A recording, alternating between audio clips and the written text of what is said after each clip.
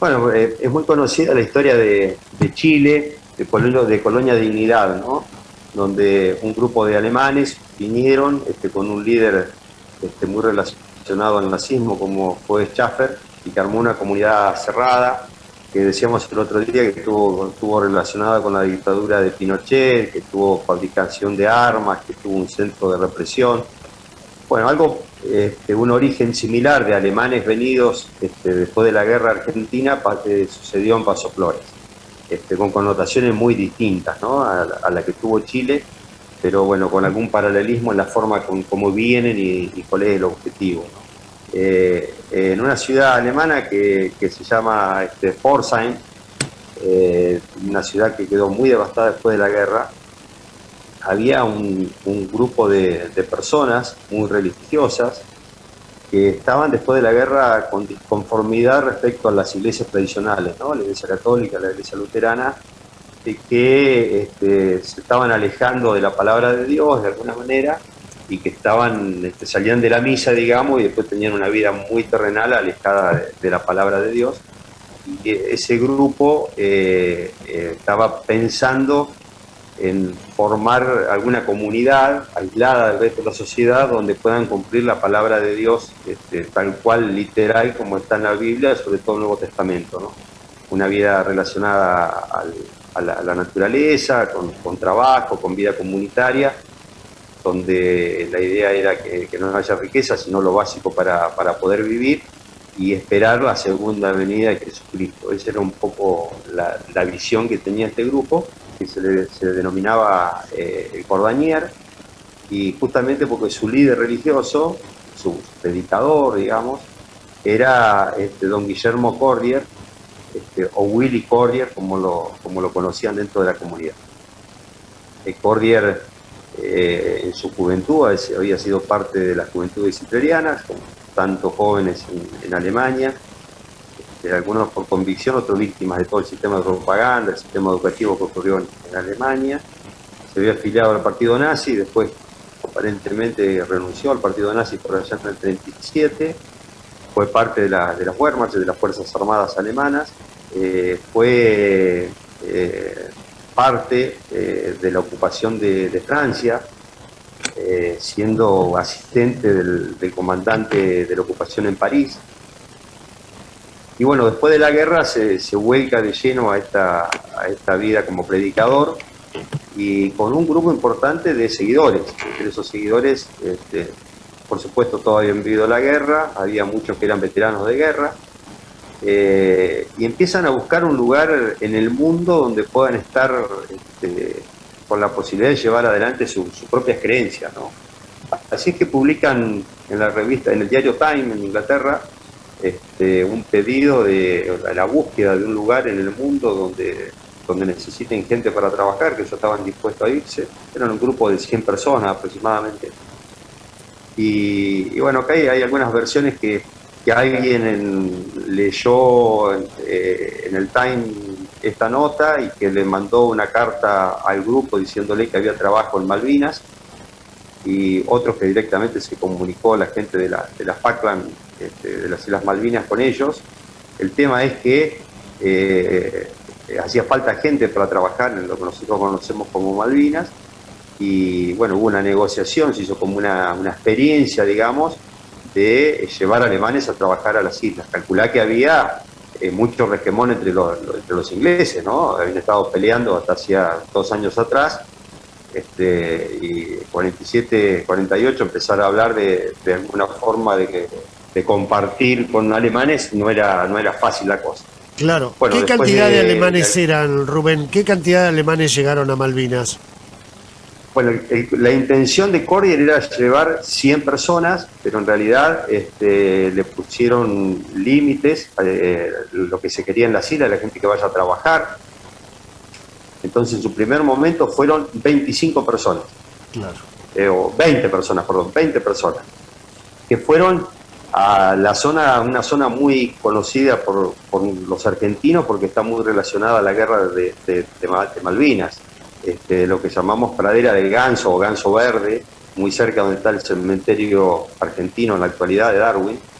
Bueno, a esa zona los primeros 20 que fueron eran gente de bastante edad, o sea, los mayores del grupo, digamos, más de 30 años, que fueron a trabajar sobre todo en la parte de producción ovina, que no tenían experiencia para nada, y algunos hasta fueron marineros en esa zona, hay un pequeño puerto ahí, y bueno, cayó bien, digamos, la comunidad de Malvinas, que esta gente era muy prolija, era muy responsable del trabajo, que hacían las cosas sin problema, y fueron, mirá el machete para no olvidarme la fecha, pero llegaron en agosto del 54, 3 de agosto del 54 llegaron a Malvinas, a Pradera del Ganso. Y le gustó a Cordier era parte de ese grupo, entonces quería traer más de su gente. No aceptaban que vengan, por ejemplo, en el grupo había 2 personas ciegas, había algunos lisiados de guerra, no aceptaron que vayan a las islas, porque ellos querían gente que vaya a trabajar.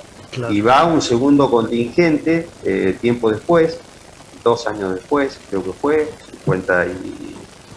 para el otro año, en el 55 fueron, un grupo de 25 personas, en total, había hombres y mujeres, y también fueron 8 niños, creo que habían en total. O sea, 45 personas adultas y 8 niños, 53 personas en total fue el contingente. Esas ahí estamos viendo, Rubén, el segundo grupo. Ahí estábamos viendo algunos documentos que vos conseguiste en Puerto Argentino, ¿verdad? En el Museo Británico. Sí, ahí hace unos años envié un mail averiguando. Yo no manejo para nada el inglés, así que traductor de por medio, y la verdad que me sorprendió la rápida respuesta de la directora del museo ahí de Puerto Argentino, o de Puerto Stanley, como dicen ellos, Tina Ormond, quien me envió un libro escrito al respecto y de fotos que estamos viendo ahí, alguna de ellas. Ese grupo que llega a Puerto Argentino, a Puerto Stanley, esas 25 personas van a hacer un camino que se había destruido durante la guerra, porque hubo un movimiento militar en las islas durante la guerra, en la Segunda Guerra, por la posición geográfica especial que tienen las islas, y entonces tenían que renovar unos 10 kilómetros de camino, y a su vez hicieron una planta de filtración de agua potable y de almacenamiento. Ese fue el trabajo de la escuadrilla del camino, como se la llamaba. Pero el convenio que habían hecho con los ingleses era que les tenían que dejar practicar sus creencias sin ninguna limitación, digamos.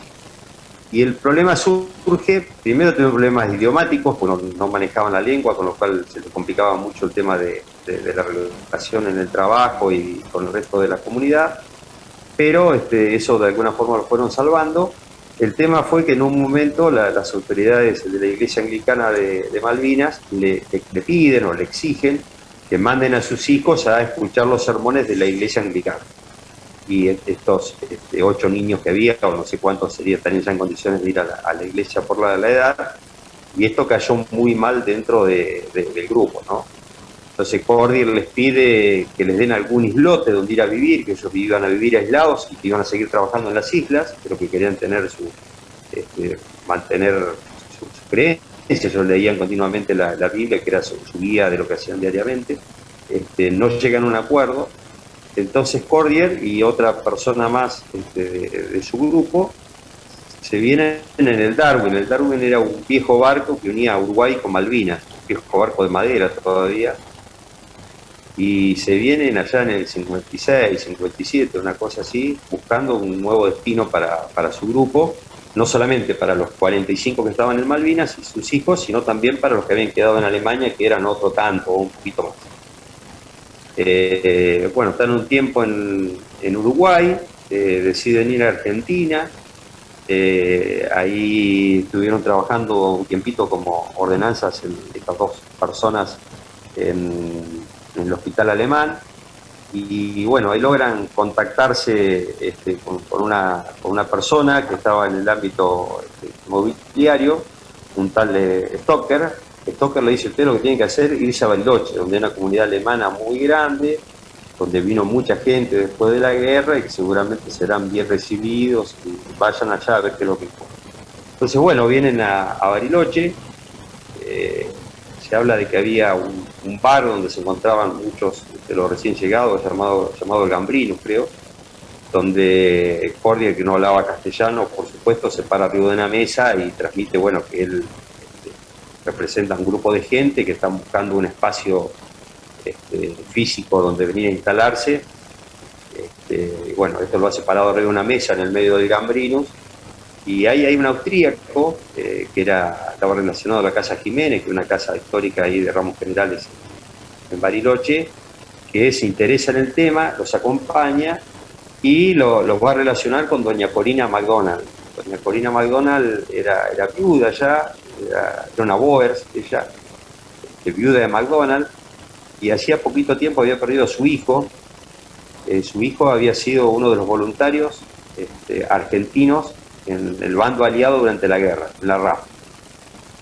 Había sido condecorado porque piloteando un bombardero sobre Europa había sido alcanzado, y le dio orden al resto de la tripulación que se tire en paracaídas, que él iba a tratar de aterrizar con el avión, y aterrizó, pero tuvo fractura en las dos piernas. Fue retirado del frente, pero siguió como instructor en Canadá, y después vino a Paso Flores, que era donde estaba la estancia de sus padres, unas 7.500 hectáreas que tenían ahí. Y bueno, era un intrépido aviador, hasta que un día tuvo un accidente y lamentablemente perdió su vida ahí en Paso Flores, que todavía queda hoy un monolito recordando el accidente donde muere este héroe de la Segunda Guerra Mundial de la RAF, McDonald. Doña Corina, después de la muerte de su hijo, decide vender. Justo llegan un grupo de alemanes interesados, les gustó el lugar, pero tenían un problema, no tenían plata para comprar el campo. Viejo problema. Claro, la intención está, pero la plata es escasa. Dicen que fueron a Buenos Aires, tomaron relación con el gobierno de la época, y lograron que los conecten de alguna forma con una banca inglesa que les facilitó el crédito, y la garantía que ellos pusieron era que la gente que estaba en Malvinas se iba a quedar en Malvinas como garantía del pago del crédito. Entonces se le dan la plata y compran Paso Flores.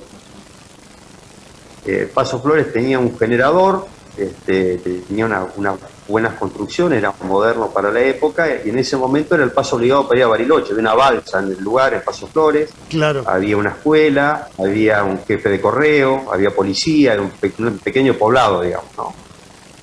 Y bueno, esta gente llega el 3 de octubre de 1958, llega el primer contingente, que vienen algunos desde Malvinas y vienen algunos desde Alemania, y llegan a ser un grupo de entre 70 y 100 personas aproximadamente. Cuando llegaron, una persona que fue parte de la comunidad después me contaba que no tenían mucho para comer y juntaron vegetales que no conocían, hicieron una suerte de sopa y se intoxicaron la mayoría. Y que lo único que hicieron fue rezar esa noche, esperando que todo pase, y bueno, gracias a Dios no tuvieron suerte y no falleció ninguno, ¿no? Después de una tremenda descompostura que tuvieron grandes y chicos, ellos no sabían que eran el yunyo que habían encontrado y el que habían consumido, ¿no? El tema fue que dentro de su seguimiento de la Biblia, que cumplían literalmente, no aceptaban la corriente eléctrica, así que desmantelaron el grupo electrógeno, vendieron un tractor que había y empezaron a trabajar a la antigua usanza, ¿no? Con bueyes, con caballos, y lograron, estaban cerca del Limay, como vos bien decías, y lograron regar 1000 hectáreas, haciendo todo un riego por inundación de alfalfa básicamente, que esa alfalfa después se la recolectaban y básicamente se la vendían al ejército para alimentar caballos. Claro. Y se hacían todo lo que te podés imaginar. Había gente que hacía sombreros, había gente que hacía zapatos, había gente que cosía sus propias ropas. Habían comprado una remesa de ropa de la Fuerza Aérea Argentina, creo, de descarte, entonces muchas veces parecían uniformados porque todos usaban la misma ropa. Y vivían, los que eran solteros vivían en forma comunitaria, y los que estaban casados y tenían chicos con en su propia casa, digamos. Tenían una actividad religiosa diaria de leer la Biblia y reflexionar y analizar juntos. y mucho trabajo, ¿no? Se cosechaba con la hoz, se sembraba a la antigua usanza con la bolsa y con la siembra manual, se vestía las mujeres, hay algunas fotos por ahí con vestimentas muy típicas de Alemania de mucho tiempo antes, y el único que salía de la comunidad era Don Cordier, que era el líder, que tenía en un momento un carro, y después llegó a tener una camioneta, un auto, y él que iba a Bariloche y hacía las compras en nombre de toda la colonia, y quien negociaba en nombre de la colonia, y que se relacionaba en nombre de la colonia, ¿no? Era el líder no solamente espiritual, sino también el líder económico de alguna manera de esta colonia. En la colonia había muchos veteranos de guerra. Yo tengo referencia de uno solo que seguramente fue nazi reconocido en él, pero no creo que haya tenido después ninguna relación con la estructura nazi en Argentina, que era de apellido Hoffner. Hoffner era como uno de los jefes adentro de la colonia. Después de un tiempo se compraron unos campos en la entrada de Bariloche, en Dinahuapi, que era el casco de la estancia del Cóndor, y bueno, Ochsner fue a vivir un tiempo ahí. Después volvió a Alemania. En Alemania había sido parte de la guardia privada de resguardo de Adolf Hitler, del Führer, ¿no? Dentro de las SS. Había SS, había veteranos de guerra, pero bueno, básicamente ahí lo que hicieron fue una función, un sueño, digamos, de tener una comunidad religiosa dentro de lo que ellos consideraban que era lo mejor, esperando la venida de Jesucristo. Tuvieron después algunas diferencias internas, se termina dividiendo esa colonia. Cordier pasa primero por Lago Puelo. El Lago Puelo, te contaba el otro día que ahí se empiezan a formar unas historias interesantes, porque alquilan unas quintas para sembrar frutas finas que eran administradas por otro Guillermo, por Guillermo Roussel, que era el jefe del archivo de la Biblioteca de París, un colaboracionista acusado por tribunales franceses después de la guerra, y que nunca se lo encontró, nunca se lo buscó. En realidad causaba el apellido materno, su apellido en Francia era otro. Y las tierras eran de Lachner. Lachner era el gobernador del Tirol austríaco del nazismo, después de que se anexó Austria, y vivía en Bariloche y tenía campos ahí en el Lago Puelo, y esas tierras las terminó cultivando Cordier y su jefe. Después de ahí hay como una nueva división y terminan comprando unas quintas en Cholila, donde terminan construyendo una hostería, el Trébol, que todavía existe, y bueno, queda gente remanente, digamos, de lo que fue esa colonia. Cordier muere allá en los 80, creo que murió, se enfermó, lo atendieron en el Maitén, donde falleció, y está sepultado ahí en Cholila. Y la colonia Paso Flores original tuvo también un tema religioso, así, buscando un nuevo camino, y surgió otro problema, que aparece la construcción de las represas. Cuando llega el momento de la construcción de las represas, justamente las 7.000 hectáreas de Paso Flores estaban en el proyecto de ser inundadas, y bueno, como tal fueron expropiadas, y bueno, quedó una comunidad residual que hoy tienen, se habla Piedra del Águila, pero están más cerca del Picaneusu que de Piedra del Águila, tienen un spa donde reciben todavía hoy a turistas alemanes, básicamente, mostrando cómo siguen produciendo su propia leche, hacen sus quesos, y a su vez tienen un spa con buenas comodidades ahí en el lugar. Así que de esa original Paso Flores no queda nada, inclusive geográficamente, Rubén, porque como sucedió, claro, como sucedió con Pilcanilleu del Limay, también otro pequeño poblado que también fue inundado por la construcción de las represas. Creo que queda alguna parte de lo que era el pueblo de Paso Flores, pero lo que era la estancia de Paso Flores está bajo el agua. Esa más o menos la historia.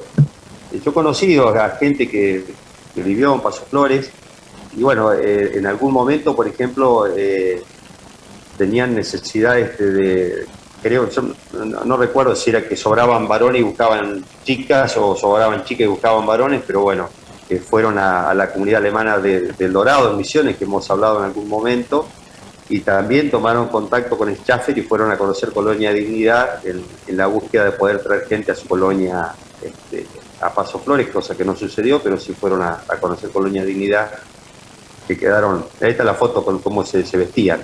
Eso claro. Es el Lago Puelo, creo. Claro.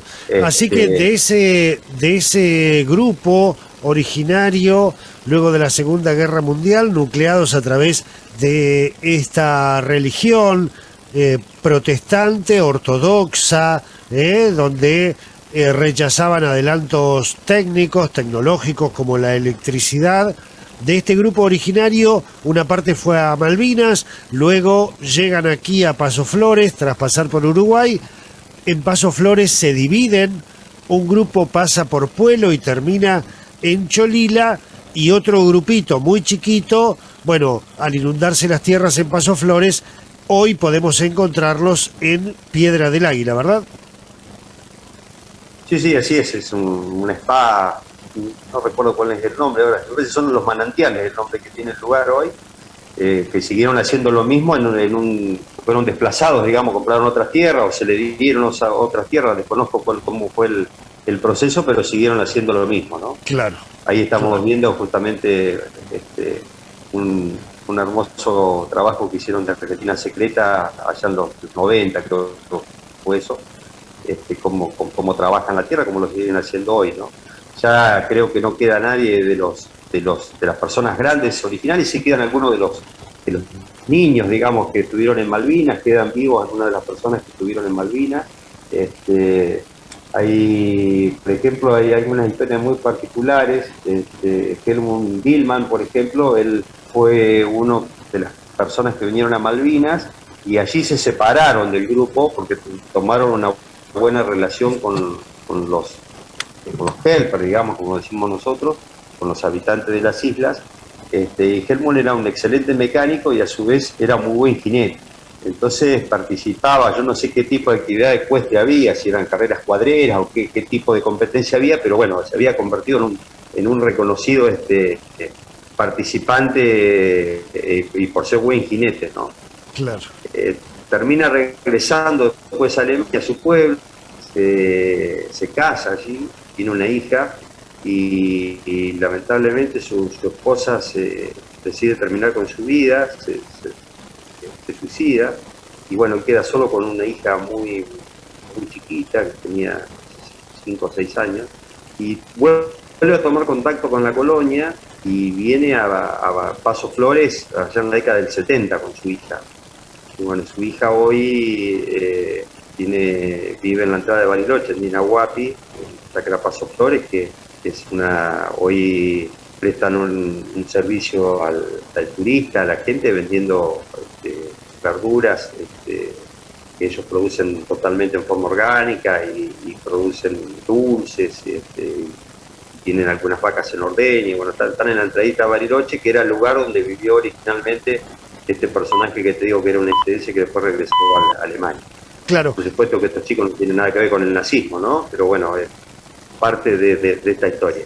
Es probable que haya alguna vinculación religiosa, lo hay en el idioma, con menonitas, ¿no? La forma de vestir, la forma de producir, la forma de lectura que tienen de la Biblia, el rechazo a estos adelantos tecnológicos. Estamos viendo que hay alguna vinculación, hay alguna similitud entre estos grupos que se asentaron aquí en Paso Flores y los grupos menonitas, cuyas colonias, la más cercana la tenemos aquí en Guatraché, ¿verdad, Rubén?